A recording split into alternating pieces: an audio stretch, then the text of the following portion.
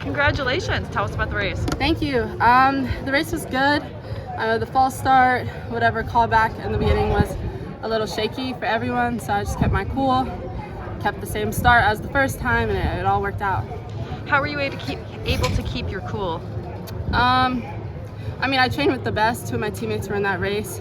We are like in the fire every single day, so I was not necessarily nervous. It's just more about trusting that everything's going to come together at the right time, trusting myself, and just putting my head down and getting to work. Did you know when you crossed the finish line you had it? I did. Yeah. That's probably one of the first races all season that I really knew. I kind of took a peek at 60. I was like, all right, I think I'm in the clear, but just got to keep pushing. And I crossed the line screaming, so I knew. Yeah. Yeah.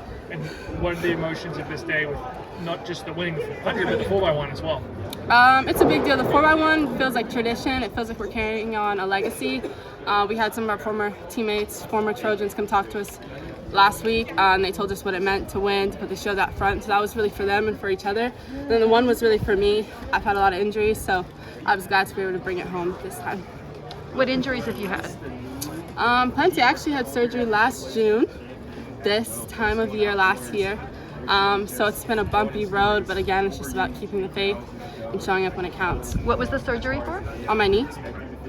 Was it like an ACL or something, like a serious knee surgery?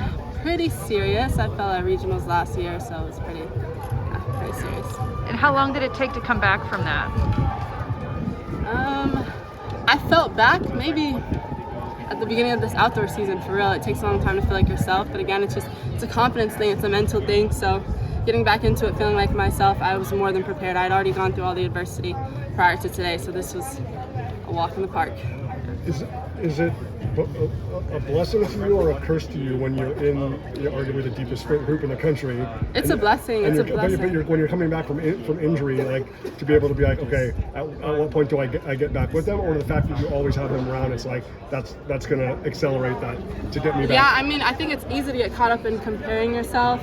My parents always tell me comparison is the thief of joy. I'm not going to let that steal how I feel about myself. I knew what the recovery was going to be. Again, it's just about showing up. I mean, I don't think a lot of people know what that feels like, but you just have to keep showing up, even on the days when it doesn't feel good. And then when you do get back to feeling like yourself, when you're beating people, you have the utmost confidence to go out here and do it again. So. Because when you're in a world-class group every day in practice, it's like you said, walk in the park here. Right? A lot of really great runners have won this race in the past. What does this tell you about what you can do moving forward in the future? I'm excited. I feel like the sky's the limit. I still feel like I'm growing and learning every single time. I didn't start track when I was 4. Some people tell me that, I've been doing track since I was so little. That was not my experience. So, yeah, I just feel like the best is yet to come. I'm really hopeful. When did you start? 8th grade year of high school. Seriously running, maybe sophomore, junior year. So I just feel really fresh. I feel like I'm just learning every day. So. What made you start? My mom ran track, and my grandma ran track, and I was just overall athlete. So. But you still didn't get to it until kind of late? Yeah. Surprising, huh? Congratulations. Thank you. You mentioned some of the other athletes who had come and talked about the relay. Who came and talked to you all? Anna Cockrell and TT Terry. They came and spoke to us. They're obviously super accomplished. So, yeah. I'd imagine that would have been super motivational to hear the two of them. Yeah, it's very motivational and also eye-opening. It kind of takes the moment feeling so big to bring it down to a manageable size and be like, okay, you can do this. Other people before you have done it, more people after you are going to do it, so you can do it. Wonderful. Thanks, Samirah.